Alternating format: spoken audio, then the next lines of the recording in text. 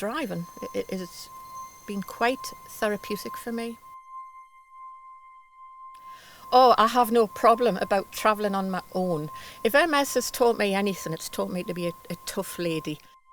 But travelling on my own, driving on my own, I have absolutely no problem. I think driving so many roads in Europe and doing alpine passes on these little narrow hairpin bend roads with a son on board and a disabled husband, I really had to have my wits about us.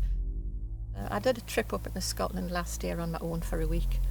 And every day I spoke to somebody new, and I came away with a lot of happy memories and friends I probably will never see again. But for that week, there were friends and just new people in my life. We've been coming to the shows since 1997. They're addictive. Very rare have I missed chosen shows since. I like the atmosphere. I like to be part of this happy band of travellers. I like to see the variations in the vans from, my panel van conversion to the huge American RVs. I think mostly it's a social aspect, Rachel. Our favourite destination were the Alps. We did lots of Switzerland, Austria, French Alps. Also, we did a lot of Germany. We have Dutch friends, so we've done Holland. Basically, I've done a lot of driving to give my man as best a life I could from beyond the wheelchair. I'm proud to say that we managed to get him up the Aiguille de Midi, which is 12,500 feet up, and to have a man perched way up there in the observation tower in a wheelchair was just one of the highlights of our life and certainly of his. Tell me about the cat, Jane. Right, the cat. The cat is Baggins, and there's a story behind this cat.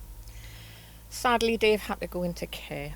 His MS had progressed to the point where after his severe downturn in Addenbrooke's, we had to fill out, I suppose you would call it a bit of a portfolio about Dave, about his background, his interests. Did he have pets?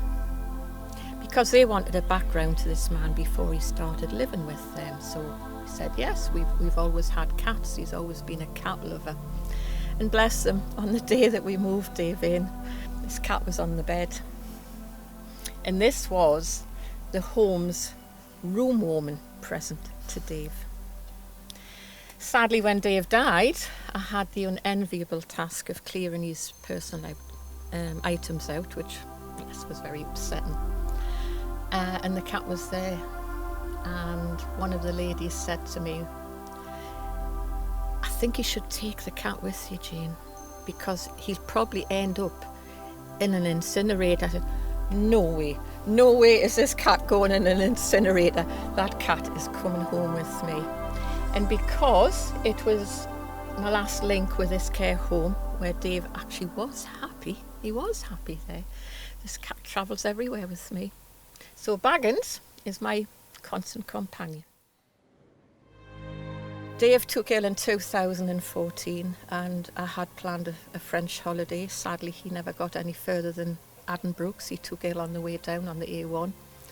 But that holiday was always there in the background, needing to be done and tied up. So Darren joined me last year and we did it in memory of his dad.